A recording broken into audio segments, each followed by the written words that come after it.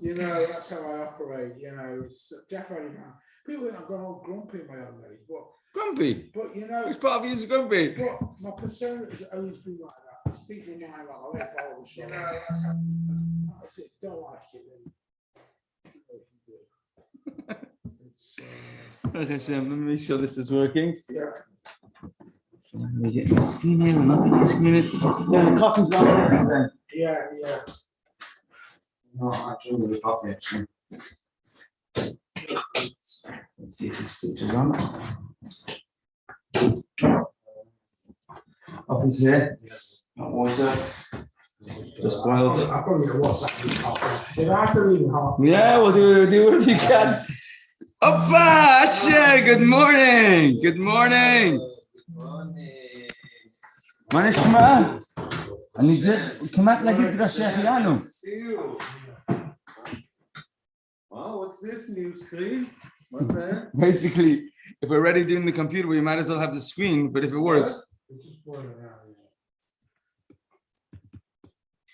This coffee, I mean, it's really good. Yeah. No? Is it all going on?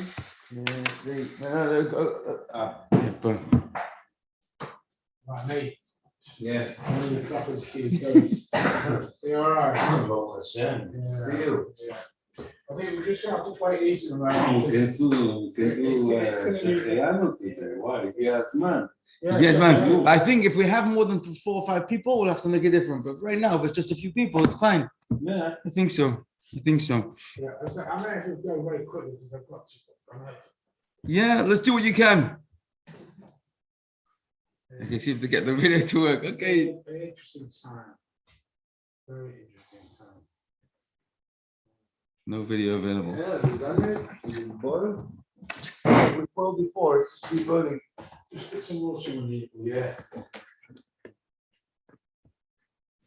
All the way to the top? Huh? Oh, yeah.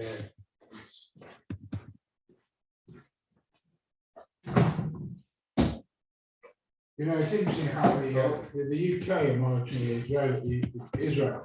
Yeah. What's going on there? And, it's our situation follows Israeli situation. Of course. So, you know, people like the part of Labour, the Kurdi, the sugarless. They have to sort of bite the tongues because they know that. Yeah. You'd love it. You absolutely love it. We're following Israel from the Yidden, but we've got our own community that can't follow Israel. That's a bit of a shame. That is why Israel are so strict, because they've got Meshugras in Israel, like we've got Meshugras here. So they've got to be more.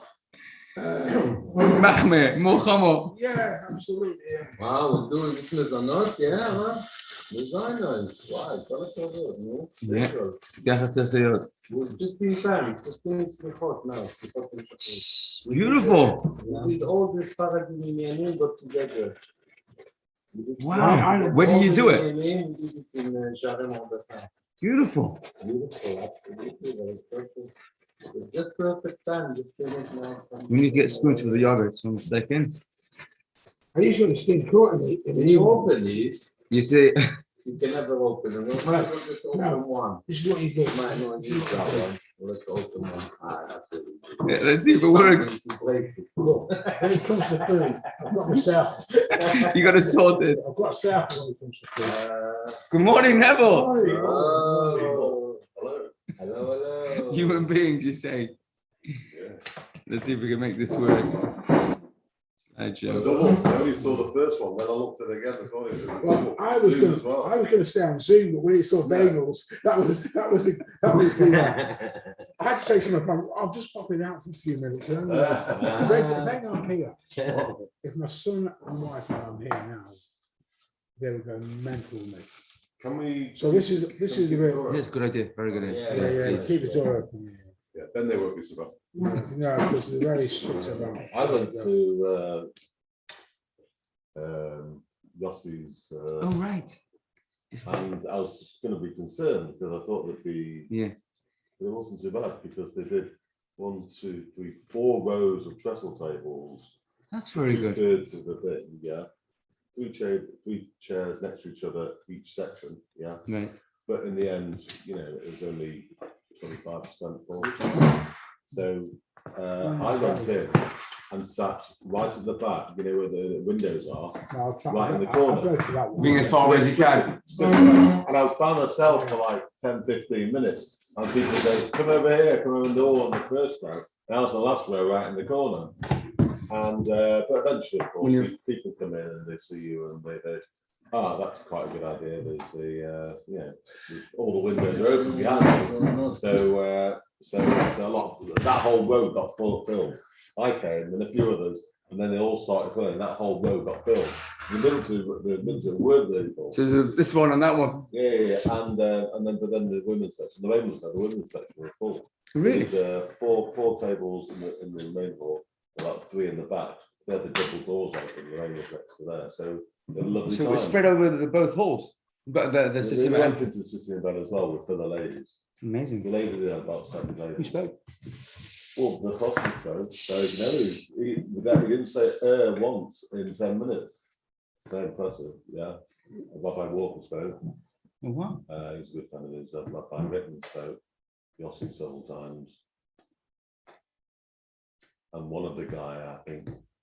Amazing. One of the guys. So it was good. It's quite good. Amazing. In London. We had my son and I was a bit of a gabby, a bit of a knacker at the Seed Shore in Edgware. Right. I think you heard about that one. It's really good. It's such a nice killer because people come there are what we call from secular background. Well, that's perfect. And I mean, a lot of fun people. The atmosphere there, the atmosphere in that shul. What size is it? I'm sorry? What size is the shul? It's like this size? No, it's the A centre. We've got the Chabad upstairs and we've got another centre. Jamie is very central, just near all the shops. Yeah, well, you probably know, Gideon's now come the Gabbai there. And it's good because I want Lucy and Gideon to get involved. They're very involved in the community because it's important that if they're living in London, you can get involved, can network with people. Get involved with the community is all a big so we went to it, and Terry's a bit like me, a bit nervous. So what they did, they had women very Kiddish. The women had their side, and they sat in little bubbles. Right. And we sat in ours. What was the top of this? We got this top of the range whiskers. Oh, that was it. That's so neat for the. Where did you stay? We stay at Lucy and Gideon's. They live on the borders of Edgware and Stanmore. We've got a lovely flat. Lovely. Very nice place. At the moment, we must be staying there until that's the last time now because Lucy's expecting, so we're going to be grandparents in November. So my wife will be more often in London, please God. Which means I'll be looking for more bagels. You need more Friday nights going out somewhere, so I'll be happy. So yes, I believe I think Benji went to see your son a few weeks ago. Jamie, yeah, they're over there. Lovely. Well, Jamie's sharing with Alex. Yeah. It was meant to go. And so obviously it's a nice place, but it's very central, great for shops. Yeah. But he's not. You're still getting married. He's getting married. So yes, have they found anywhere? Have they found a place? They're gonna stay where he's living. Yeah. I mean, they're gonna live there. Yeah, I mean, what Gideon did, he moved in with the mother-in-law for about a year. That was to do that. Move in with your mother-in-law when you first get married. I mean, my word. It's not the first time. It's saved up, so it's saved up, and we help them out, and then we have to buy a nice flat. If you rent, it's from the beginning. It's easier to buy if you can. They should be able to buy. Yeah. It's not easy, but no. But there's work to be done. Let's get on with it. Come on, let's learn some Torah. First of all, what's going on this week. Then there's what's going on in the Parshah, and then there's one idea. So what's going on this week is that obviously we're starting now Slichus.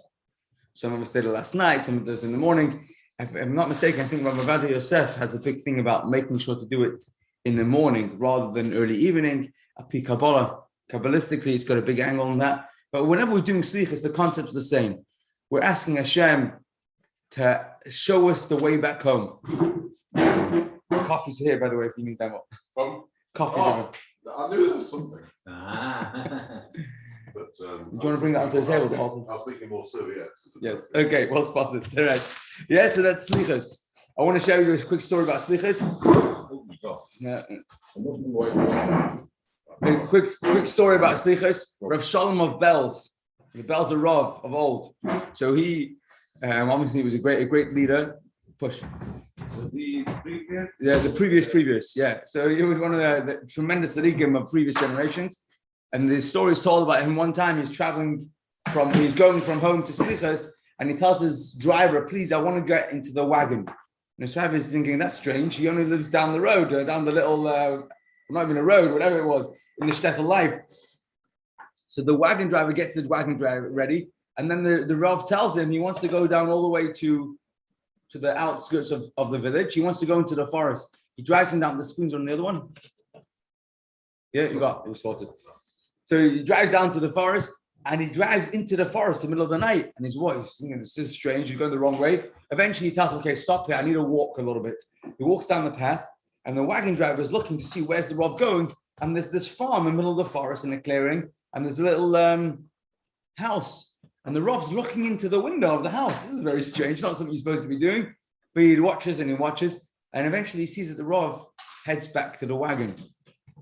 Drives him back to shul, and he comes in. Obviously, he's an half hour late. Everyone's waiting, schwitzing. Where's the Rav gone? And they get started. They finish davening, slichas, midnight slichas, and then he says to the helper, "Do me a favor. There's one old fellow who would have come into shul later than we did, and when he finishes, he's going to finish later than us.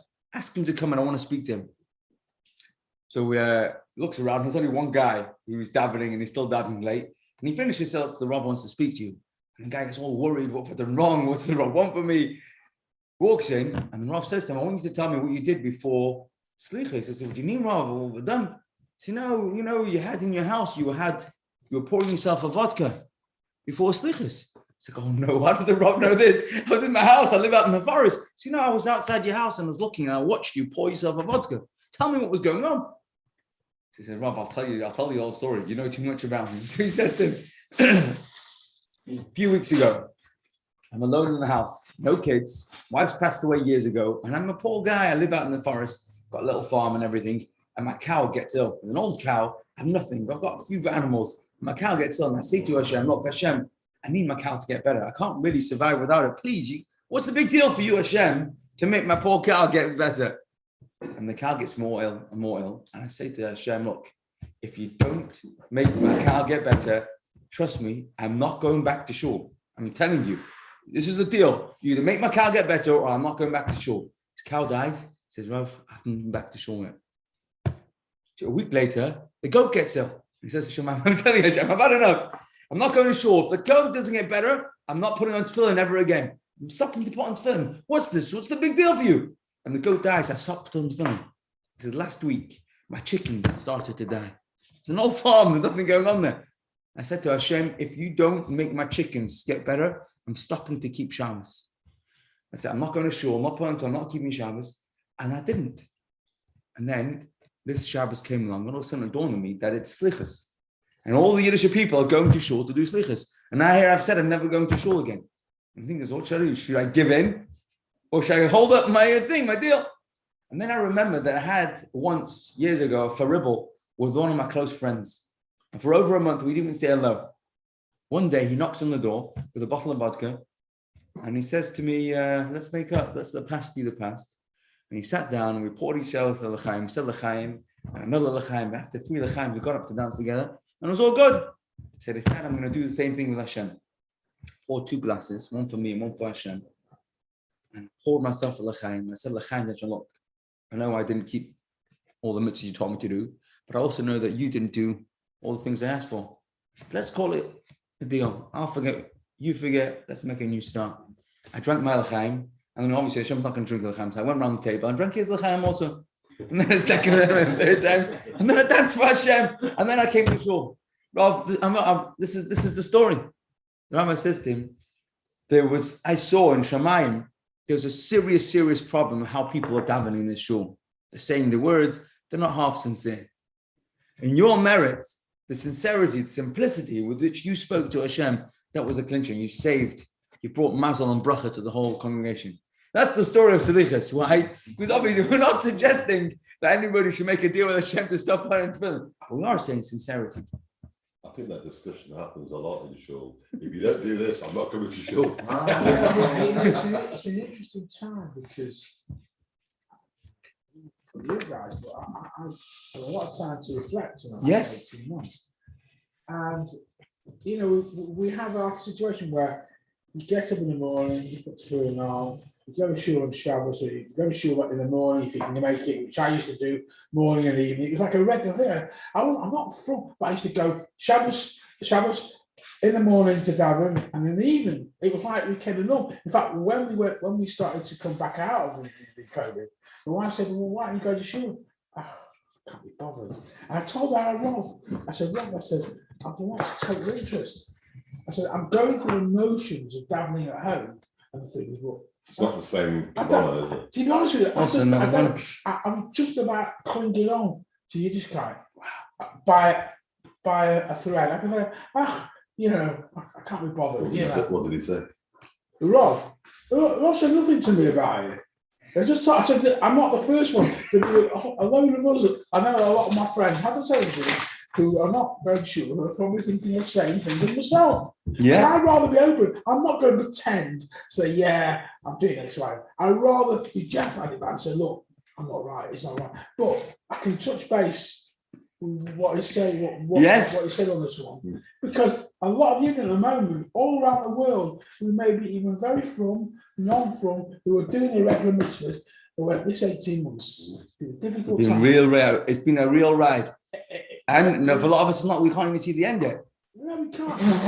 But it's shaking us up. But also, it's shaking up in terms of shul. Some shuls are more COVID. Strict. And then some people are making decisions to go to different shuls who are more strict than others. I know that. And in both ways as well. Well, you're both friends who go to our shul, and you hear the sort of conversations that go on. Yes, and it works both ways. That's as you go in on the right. That's the conversation. Just check it. It's not changed. Something stayed the same. Yeah, but I think the point isn't only how challenging it is to be in shul, it's also the feeling that you have for shul. What does it do for you when you go to shul? So in the past, it was perhaps more switched on. Now it's been strained. It's become stretched. The experiences, the feelings that people have towards shuls is being done. Great suggestion. When you go to shul, find a new place to go. Sit next to a new person, new friend, new conversation. New friend, you can't make friends. You can't. Well, you know, your shul, you can't talk anyhow. But our shul, we're all spaced out 2 weeks apart anyhow. Oh, I know. Well, it's self. It's it's do it yourself these days. So space yourself by deference because you've got space anyway. Yeah. Well, I've changed position, so have you? Yeah, as you go in on the right, I'm sat in there, a new friend, Well, spiritually. It's a whole new Spiritually, if you look at it's I mean, from the Zoom and we're able to touch base. We have the somebody were admit to I am very much it's a bracha because it's not because I'm embarrassed about it. And I've been very open about some things about family. Managed to find the place. It's not exactly how I want to see life, but I'd rather be open and say, look, this is how it is. I said to one guy, when I talk to you about I watch your body language. Coffee, tea, and he's a doctor, this guy. And he wouldn't react to me and say, this is what's happening in our family. And he wouldn't react. I said, why aren't you reacting? Why aren't you coming out? Why aren't you sort of, I said, your body language is not right. So he's a doctor. Yeah, Bez Hashem. Only good brachas to everybody, including him. Bez Hashem. Actually, if you don't mind, just bring that tray of cookies, of cakes. If anyone wants to have a dessert. You're creating some big sins. You're creating sins. You are. Has the shalom. The wife wrote that. No, these are individually wrapped, so it's COVID safe. I must say a funny story. Slaters have a policy. If you buy citrus, besides being showers free, you can take it back for alterations. Right. So my wife's complained. She says, "Come into Yonton. I'm going to be in shul with you. I want you to look a bit of a mesh." I want it to all be like a man. So the prerequisite is I had to get the suits altered. So I talked to the dry cleaners, because that's what you do. I rang up straight and they says we can't alter because they've been inundated by people getting new suits because they've had weddings, bar mitzvahs. Coming out of COVID, Yeah. Coming out of COVID. So a policy we're about to sort of put that on hold at the moment. So, Baruch Hashem. It's a beautiful sign. People are finally getting out of it. yeah. Yeah, but at the end of the day, your suit needs altering. You can tell by the traffic. Oh, yeah? You can go to Ultra and there's lots. Wow. So I take the train to Europe. I don't take the car. I try to. Okay, 1 second. We're still in the middle of talking what's going on this week. We said that it's Slichas. We did a quick story. Yeah. It's also the last 12 days of the year started on past Thursday, day for a month, which means that today would be corresponding to the month of Teves, in which we just reflect how was Teves last year and how would you like the month of Teves to be this coming year. One day to think about 1 month.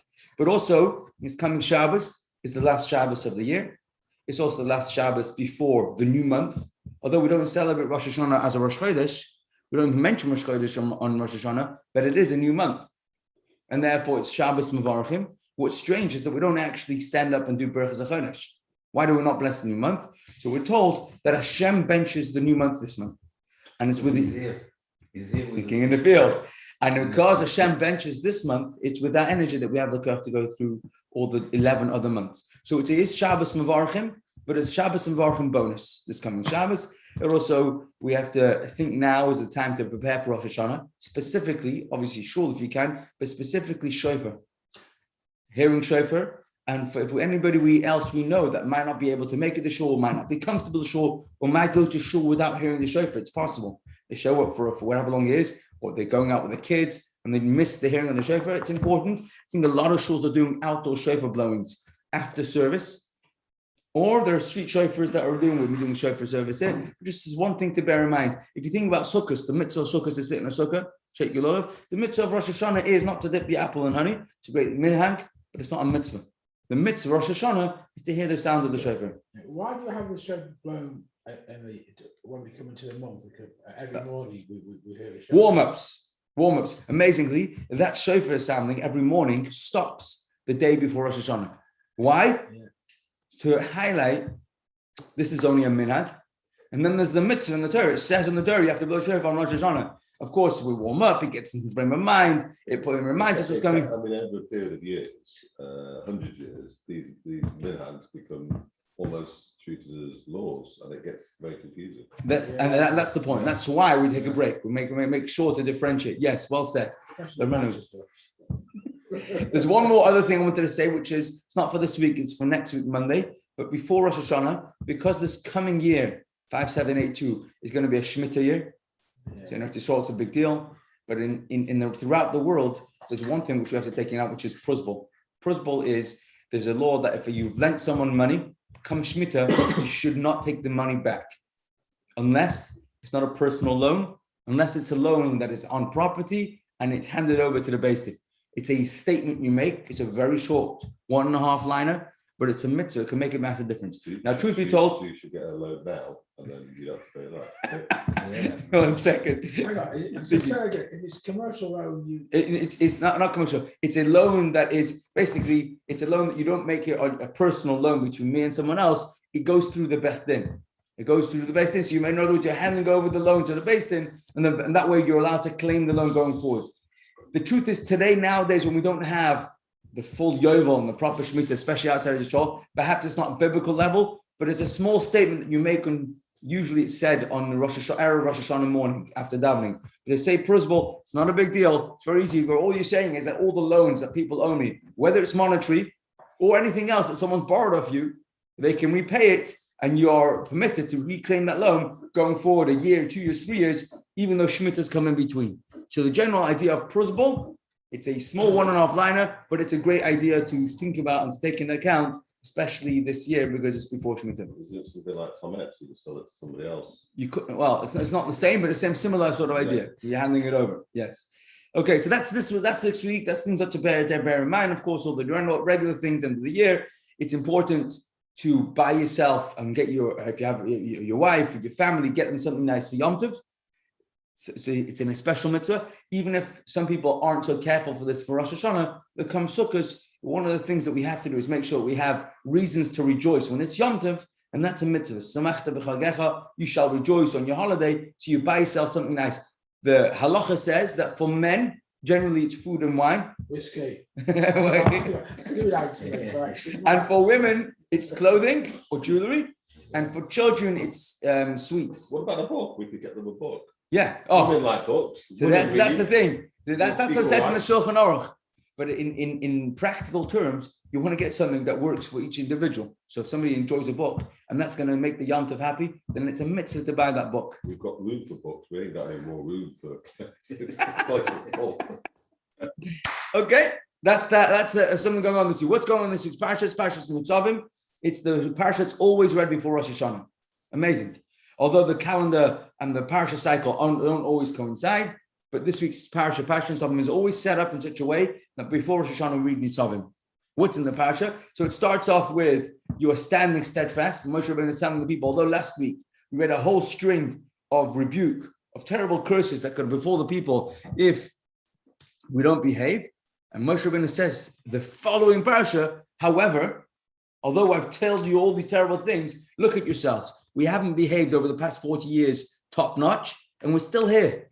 And we're standing strong, and we're ready to go into Eretz Yisrael because Hashem loves us. So although we're getting judged and there's a judgment day, but don't forget that judgment day, the judge is our Father. So the judge is not out to try and figure out how he can condemn us. The judge is looking for ways to be able to help us build up. And that's a key difference. And so we have this week's Parashah before we go into Rosh Hashanah, the Yom Hadin, the Day of Judgment. We remind ourselves at Tem Nitzavim HaYom. You are standing strong today. And the Parashah goes on to mention a whole bunch of fundamentals in Yiddishkeit, starting off with Jewish unity, which is a big theme in the opening of the Parashah, where you have all different types of classes within the Jewish people, and there are differences. There are those who are supposed to be leaders. There are those who are supposed to be just regular workers, and those differences are sacred. And unity means that we all stand together, whichever position we have. We'll talk more about that. That's today's year. But the next important value we have is it talks about the future redemption. In this week's Parashah, which is amazing because you don't have many references throughout the entire Torah. In the prophets, there's loads. But in the 5 books of the Torah, a mention of a future redemption is very few. And then you have also the practicality of the Torah. Torah is very doable. And that's a claim that is hard to make because if you think about it, there are some really tricky things in the Torah. There are stuff that aren't easy to keep. But this week's Parashah claims, we should remind ourselves that doing the mitzvah of the Torah is made in a way that's built to work. It's made for human beings. And when we have that frame of mind, our approach to the Torah is different. The way the Torah phrases, Torah is not across the sea or high in heavens. The Torah is down here on earth. It's made to work. One of the other fundamentals in this Parashah is free choice. Hashem asks us, please choose life. But we have the ability to choose life and the opposite of life. And once I had a discussion, actually, one of the teenagers we're discussing free choice. And he was trying to argue that if there's free choice, then why is it a problem if I choose to do the wrong thing? Freedom of choice. Fair argument. And what we try to explain is that free choice doesn't mean that you get to choose whatever you want. And both options are right. Sorry. It does mean you get to choose whatever you want, but it doesn't mean that all the options are correct. Free choice as a kid is different from free choice as an adult. Fair enough. It's based on limited ideas. Fair, but big boy. Without the full awareness of all the parameters and the variables. Okay, that's true. I was going to say small boys like to play with small toys and big boys like to play with big toys. So we have small choices to make and big choices to make as an adult, you're making different choices. But a child also has to choose whether they're going to behave or misbehave.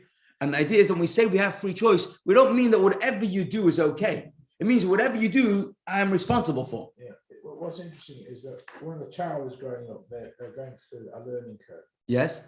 When you become an adult and I would say post, say 30, and you had experience of things, you should know what is the right thing to do and what is the wrong thing to do. When you're a child, growing up, there's certain things which you don't really know. But as you get older, I know myself now, I think, no, that's definitely no. But as a younger adult, I probably would have said, yeah, that's okay. Maybe, yeah, I understand. Because you're exploring more, You're you're not exploring, really aware. and whoever you are in any community, if you are a right-minded person, then you will think, yeah, that is okay to do. I wouldn't do that. So it's sort of experience of it. That's a good point. Yeah. It's a very good point. Yeah. But that's in this week's parasha telling us that we do have choice. The Rambam makes a big deal out of this and saying that free choice basically tells us that we matter.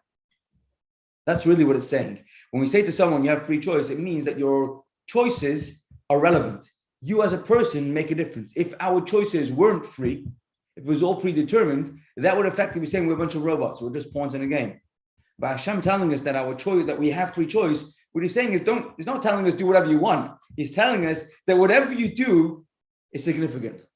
Whatever you choose to do or not to do is significant. And then Chassidus will add to that, however many times we do something wrong, if you do it one time right, that one time is still significant. Every time you do something, you choose to do something, especially when it's hard, especially when it's uncomfortable. But if I've chosen to do something right, regardless of before and after, that good choice is significant. And when we see that in this week's parasha, where Hashem says to us that you get to choose. When I say to somebody that your choice is, whatever you do, it's irrelevant because Hashem's always going to do it his way. Well, then what difference does it make? Well, it's difficult to say because everything, if you follow the oral law and the written law by the book, you can't make your own choice. It's impossible because even the Gemara will come up with saying, well, if you walk this way, I'm being cynical now. Yeah. You're still governed if you are. So where's the free choice? There's no free choice. The free choice whether you're going to follow or not follow. But that's only one. They call that binary.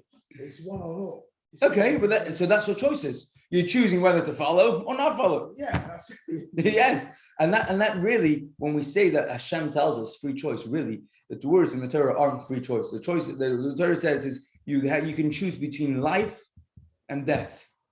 That's the choice that the Torah tells us we have. And then the Torah adds on, please choose life.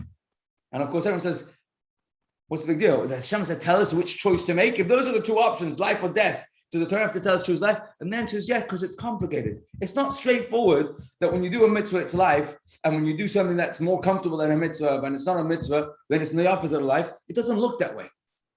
And choosing the right thing is a big deal. So many times. Choosing free choice doesn't mean that whatever you choose is okay. Free choice means that you're free to choose whether to follow or not follow. Free meaning that it's up to you. And why is that important? Why is that helpful? Because it reminds us that when we choose to do the right thing, it actually makes a difference. Is this making sense? I think this is very powerful. So this is one of the big things in this week's parasha. The other thing I wanted to discuss, if you have to leave Jeff anytime, please. Okay. We wanted to discuss a specific area in this week's parasha, which is the opening of this week's parasha, the Jewish unity aspect. The Jewish unity aspect in this week's parasha, just put some things on the screen. Okay, this is the picture they put up, and this is supposed to describe she's wearing a mask and she's not wearing a mask. In this country, I don't think it's so accentuated, but in the United States of America, the mask is part of a political statement. The Democrats, yeah, and it's just an expression of where it's become in the past 18 months and more and more of an issue where differences of opinion have made such polarized the community where if you're on the other side in the other camp, you're the devil, you're the enemy. What's Brooklyn like now? People are changing their friends group because of it. And which is scary. It's very unfortunate. How's Brooklyn? You've experienced. You walked around Brooklyn. What's it like around there? In Israel, everybody wears them. Everyone wears masks. Yeah. Everybody wears them. You see most people, and it's not just in the shops or United States. I went to West Hampton Shore last week, right? And they're all wearing masks. It's all very strict. Not many people there, and no kiddage. So, and I guess that must be for United Synagogues generally. That was the advice from Chief Rabbi. It's very cheap. They're more strict than where we are. Yeah. Well, come to the shops. Oh. And really. I think many Chazan. Eaton Park is a halfway house. Yeah. Half there. Yeah. Half Goes like that. Yeah. But if you feel comfortable that way, do it that way. I must say a funny story. I think something the Holy Lord because it's a big place. Yeah. it's not a big deal. Yeah. You've got very high ceilings. It's part of the equation. It's not. Yeah. You know, where Boris has told us, manage your own risk, and there's no problem with that. But I must tell you, my brother used to come to Davin with us, Barry, and he was a good asset to us because he can lay down. He's very, my brother Barry. And for whatever reason, he decided to go back to Steam Court, which is something to do with the COVID thing. Now, it's my brother. I don't agree with him, but I don't want to fall out with him. And It's been recorded, by the way. So I decided that if he wants to follow it that way, fine. But you know my view on it. But I decided that we were not going to fall out of it. That's a good idea. That's exactly what we're talking about here today. That is the point. Because unfortunately, Not a chance. No way. this is what we're saying. Unfortunately, so many times you find people who don't make that calculation, and then before they know it, it's gone so far. It's stupid and on every level, but it's already so far down the line. It's hard to turn back. So what we want to do today is we want to look at the Parshah, obviously the Parshah lessons, but also before Rosh Hashanah, it's a good time to be able to rethink how the coming year, 5782, can look different. To apologise to people in the next 7 days, aren't we? Yeah. What we've done wrong and all that. So it's not lip service isn't the key, isn't the game. Yeah, so I think not even if we don't say it, but I think we do it is going to be key. And that's really where we're going down the line today, Be'ez Hashem. So this is the quote we were looking at over here. Nitzavim hayoyim kulchem, lefnei Hashem elokeichem. You are standing in the state all together before Hashem, your God, and then it goes to list on the leaders of your tribes, your elders, your officers, every man of Israel, your young children, your women, your converts, who's within your camp, your woodcutters, and your water drawers. That sort of quote to some people is just uncomfortable. Why do we have to make classes amongst the people? Can't we just say all the people together? Why do we have to emphasize that? No, so-and-so is a leader, an elder, an officer. Why are we differentiating? Isn't that creating disunity in Syria? And the answer is going to be that no, we have to know that there are different people in different ways. In this particular case, it's focusing on what they do during the day, but recognizing and being comfortable accepting the differences in Yiddishkeit is considered unity. Because if we make everyone have to do the same thing, that's the opposite of unity. What's the logic behind it? So generally, the Rebbe spoke about this many times, especially when it came to women's rights. He answered this question. He said to a woman, if you feel like the only way you can be considered a successful person is if you become a CEO of a company, or you're accepted to become a leader of the whatever, or prime minister, or president, and that's the only route for you to become successful, you've basically discriminated any woman who wants to make her life mission to be a fantastic mother and nurturing a family and become a grandmother, and she's going to build a family, which is in the DNA, in the way a human being is designed. If that's not considered successful, you've deprived her from being able to be the best person she can be. You've now defined success by perhaps what's maybe a masculine form, but also a very specific, tunnel vision of what success can be. The only route or the only recipe, the definition of success is so limited, it's the opposite of unity. Yossi has said many times. Go on. It doesn't matter what we achieve in life, how long he's been a rabbi and how long and what he's learned when he knows the junior. Yeah.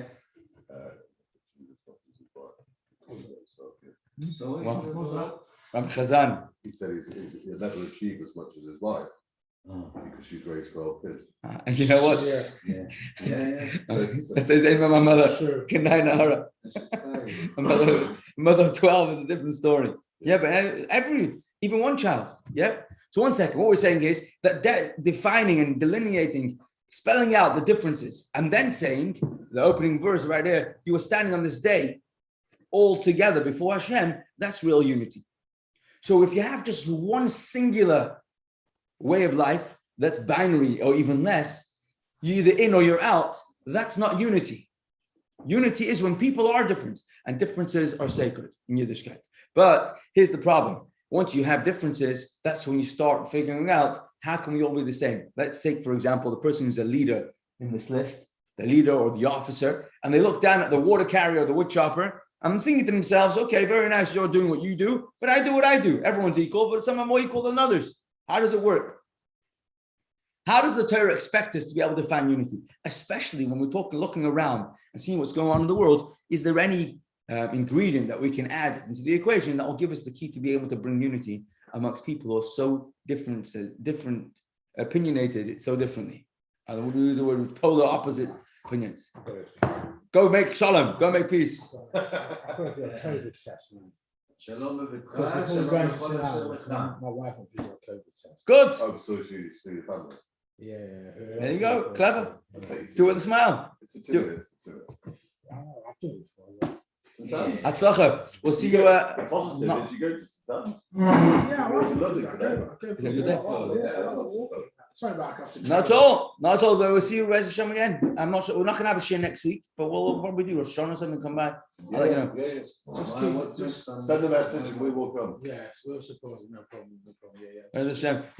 Yeah, the been right over there, if you don't mind. Why Good. not next Sunday? All the best. All the best. Just before Sean, we have to look after the kids. The kids are off school. Ah, When the kids are at school, it's the whole week. It's a different. Honest Yeah. Right. Have a good week, a good month, and good year.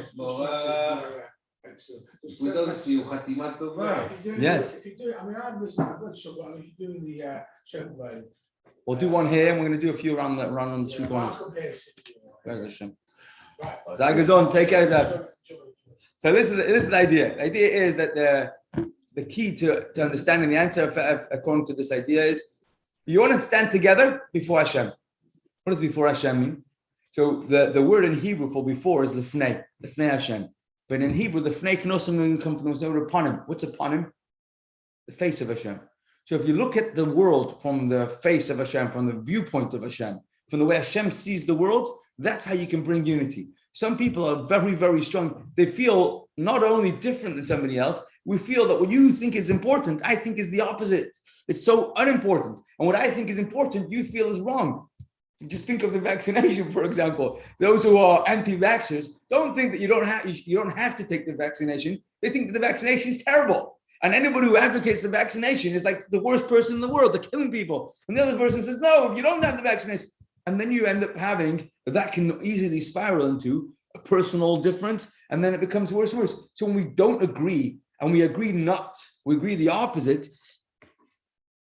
So how can they ever become unity? How can the differences become unity? That's where you get your news source. Obviously, if you get your news source from the Guardian, it's very different than the Telegraph. Absolutely. Well, there you go. If you get your news source from Torah, how can that be open to interpretation? Well, it absolutely can, as you better believe, yeah. But here's the idea. The idea is that the answer to bringing unity is Hashem's perspective. What's Hashem's perspective?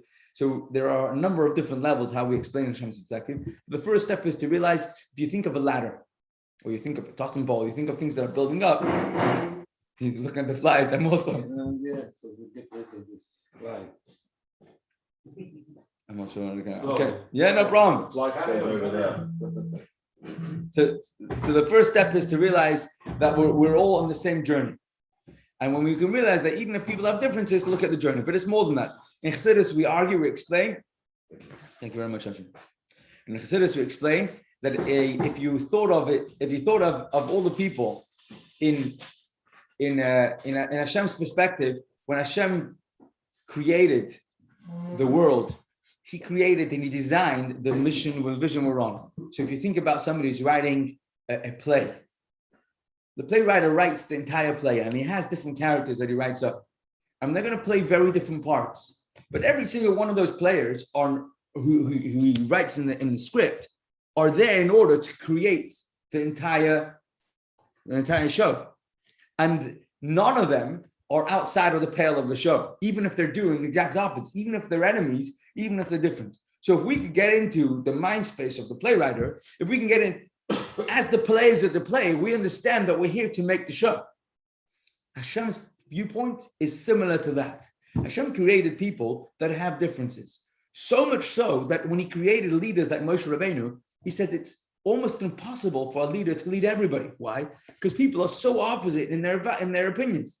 And when you see someone who's a successful leader, there's actually a bracha to make Thank you, Hashem, for allowing a human being to be able to have the wisdom to be able to lead so many people when people are so different. And that's fascinating. It doesn't have to be a Jewish leader. If somebody's able to lead people. Is there a prayer in the American service, especially on the Shabbos, like there is in England, where we praise the... I think the answer is no. Really? I don't think there is. That's what I'm saying. Because it would be so polarized and it would change. And they do say... we don't do politicians. We do the Queen. Royal family. And royal family. So they're slightly more neutral. I think not only neutral, they're steadfast. So there, every 4 years, this show, 4 years we're doing it. The next 4 years, no, we're not doing a prayer for this guy. And then 4 years later, they'll start doing it again. It just... So I suppose it's more political, so it's more difficult. Yeah. But that sort of idea, though, the idea of having leadership helps us realize how different people are. So why did Hashem create such different people? What's the answer? Yeah. It feels like sukkahs, What's the answer? The answer is that actually Hashem needed in his world people who think very differently. What makes us form our opinions is an environment and an exposure that is different. And we didn't always choose those sorts of exposures. It was given to us. Yeah, the newspapers, we choose which ones to read. But why do I choose one over the other? Because I was exposed. Who helped me be exposed to that exposure and not other ones? It was by design. Hashem is pushing and guiding us towards having different opinions. That's how much Hashem designed the world. If you think of it, think of a football team. There's the defense and the offense. When the defense trains, what are they training to do? To defend any ball that comes out, comes towards them. What is the offense trained to do? To get past every defense. So the training, whatever you're training for, I'm training the opposite of you. But no one for a second believes that we're on a different team. And if you train too well, you're going to become too good. No. We're British, we don't understand NFL. But the idea, I think in football you also have a defensive team. Yeah? But that sort of idea, when a person thinks for a second, what it is about, that's when we can have unity. So let's just go back to, for examples, differences of opinion of health when it comes to COVID, or any other sort of argument that could easily become spiral, especially when it comes to family. What is the key that Torah tells us? Not just read more words of Torah, which is also a good thing. Do more mitzvahs, always is a good thing too. But the key of having the Fnei Hashem, looking at everybody from the perspective of Hashem. So-and-so has a very different opinion. I believe what they're suggesting is suicidal, it's terrible. And I think that their opinion is just wrong. But let's stop for a second and think to ourselves, how does Hashem view their point of view? And if the answer is that they're trying to bring good health, maybe they have a bad recipe and they've got it wrong. But the goal isn't just to be right. The goal is to be part of the script that is making the world a better place. And having differences of opinion is how Hashem designed that. So stepping up, it's almost like you go into a plane and you go from 30,000 foot up. And all of a sudden you see that the differences that we had, driving this way, driving that way, we're all part of the same town, the same city, the same country, we're part of the same thing. That sort of perspective, seeing the differences from a higher viewpoint, is the key to being able to see unity in the differences. And how does this help us? Because when it comes before Rosh Hashanah, we have a reason to go back to that viewpoint. What's the advantage of going back to that viewpoint? When it comes to Judgment Day, if we follow by how we've behaved, we're not always meritorious. And to be perfectly honest, we all know we could have done better. Because we could have. That's just how it works. So in a way, when it comes to Rosh Hashanah, we want to go back to a place that doesn't measure only actions. We want to go back to a place that sees the creation of every human being as part of a larger purpose, and therefore meritorious, not so much because of the exact choices we made, but because of the general direction we're headed. Because the general direction is usually good. People are usually good. Yes, we make bad choices. Yes, we make mistakes. But generally speaking, we're headed in a good direction. Even people who don't go to shul, they give tzedakah in their own way. People are doing good things in the general direction. Being able to position ourselves from a more general point of view gives Hashem a reason to look back at us from a more general point of view, or in the words of Chassidus, from more a deeper, more mission-minded point of view, and in the realm of the mission, generally doing well. So come before Rosh Hashanah, Of course, unity is a good thing. And if the recipe to unity is being able to see past the specific details and see the larger picture, but in the lead up to Rosh Hashanah, that's especially important because that will be midah keneged midah. Hashem will reciprocate that sort of approach. If we can position ourselves to view others from that sort of higher viewpoint, Hashem will in turn look at us from a more general viewpoint, obviously, which is more redeeming and it's a more understanding. That sort of viewpoint gives us a good year. It gives us that recipe. So the Shabbos before Rosh Hashanah, which Parshah we're going to read, Nitzavim, which reminds us that we're steadfast and we're doing well, and reminds us that we're making choices. We're choosing whether to do the right thing or Chas v'Shalom not to do the right thing, and it's in our hands. But at the same time, it also tells us the recipe to unity. And the recipe to unity is also the recipe for Hashem to look at us in a good light. Parshah Nitzavim. We learned something. Actually, I want to do a Birchas HaKohanim before we finish. We let everyone a blessed year, and everyone should have all the good things, the gashmis, the ruchnis in their personal life, in their physical life, and obviously in the soulful life as well. But we'll do a Birchas HaKohanim and also Aaron Rasha. We dab and then Moshe Lema dab Haram and Limukes Vorkas and Solomon and them. V'recha Chad Nunei V'Shemrecha. Yara Nunei Panim V'Lecha V'Chinecha. Yisad Nunei Panim V'Lecha V'Shem. Chashalom and Sam and Shmiyam Nunei Yisod V'Aniyah Morchem. To all the blessing that we have. One of the key of the Kohanim's blessing is that it comes right away and it has no blockages. So it doesn't get blockages. That's at least what it says. Please God, it should be exactly that. Bezat Hashem. Bezat Hashem. Amen. We learned something. Wow. Should be a good week. Spandel, still on the high. He's loving it. He had a grand time, but it was very, very exciting for him. Very exciting for him. He did amazing. The way he can speak. He's a mini me. Good night, thank you. But for me, it was nice because I hadn't heard the drasha before. Yeah, that's right. It was very nice. Okay, we learned something. The place looks great. Looks nice, doesn't it? Really nice. Looks Very really nice. Have you And changed everything- something? And everything's just where it should be. It's all Looks symmetrical. really lovely. It's all I was laid out thinking that when I nicely. came in. It's all perfect. All paintings all right. Did it used to be connected to the next shop? No, but there's the building, and that was the doorway would go into the hallway. Ah. What's the next building? It's flats upstairs. Yeah. Oh, actually, it used to be all connected. I said when I came, the door was screwed closed. Okay, so it was connected to something else. Yeah. And they used to have upstairs. Upstairs are flats. Yeah. And then the front downstairs 2 flats are shops. What underneath? And this one and the one on the other side. Yeah. They've actually just turned the garages that are underneath. You go around and it's down. I think they're turning it into apartments as well. Not surprised. You know the game. That's what everyone needs. Isn't it? It's really good, looking It good. looks Just very like nice. we need to start More people. pulling it together again. And It's Hashem's nice. help. It's nice. I mean, physically, In person, right? it's nice. Yeah. But why nobody, not the usual people about Takes I only time, sent out the takes message time. last night. It takes time for them to. Yeah, warm up. Back in back. Yeah. I'm just worried. Like if I tell everyone to come, and there's 1 or 2 people who are going to come, and it's not going to be safe for them. Yeah, but it's fine. I guess people are responsible. But next time you do the things, come. It's COVID Friendly. safe, doors open, lots of air, so people know that you're telling them that we're doing it in COVID aware, so that there's no. They can make a calculation. They're thinking it's going to be 10 people here, and they're all on top of each other. Yeah. Well, if you explain to them it's not, the doors open, lots of fresh air, COVID aware, and everything's individually. Are you on Zoom today? Yeah, I'm going You're on to Zoom, yeah? did both. Ah.